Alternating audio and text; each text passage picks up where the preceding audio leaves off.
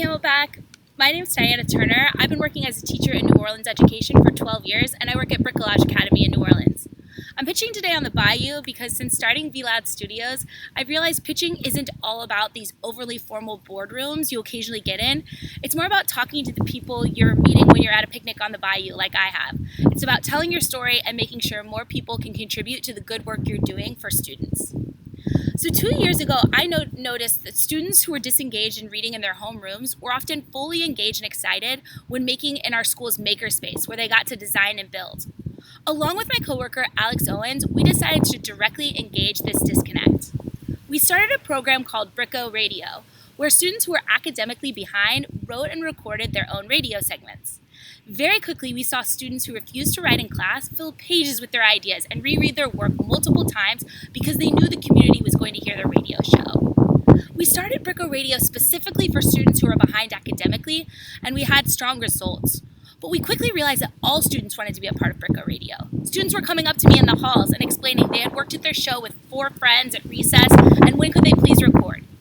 Despite working at a school, though, that prioritizes creativity, we found that although administration really believed in Brico Radio, they struggled to prioritize the time and money to make projects and digital literacy a part of our school. But Brico Radio was filling a need in our community, actually a few needs. First, it was giving students, especially students of color who have been historically told to be quiet, a chance to speak up and be creative. Second, it gave us a fun, easy way to talk about digital literacy and internet safety. We've had real conversations with students about getting consent. Third, Brico Radio gave purpose, meaning, joy to learning. Students weren't learning in a vacuum, they were learning to be a part of something. As we spoke to other teachers in the city, we realized they had the same needs and wanted more opportunities like these for their students.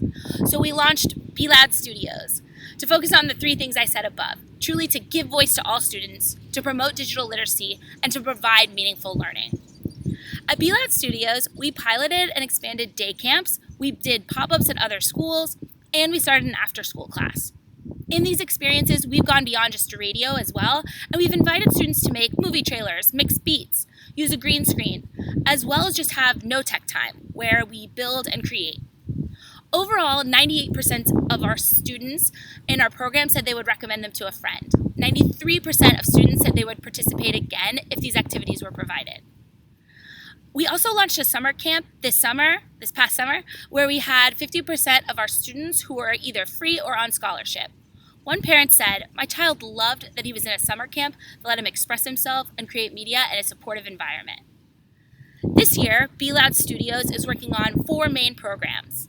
An after-school program where students go off campus and get to interview community members. We're holding day camps, which will include students from all over the city and be held on breaks.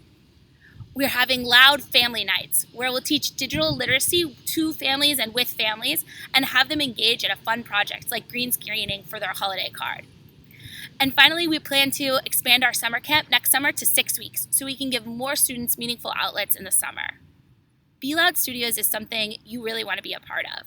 We're teaching students important skills like digital media, literacy, and public speaking, while empowering them to be heard, to be joyful, to be loud.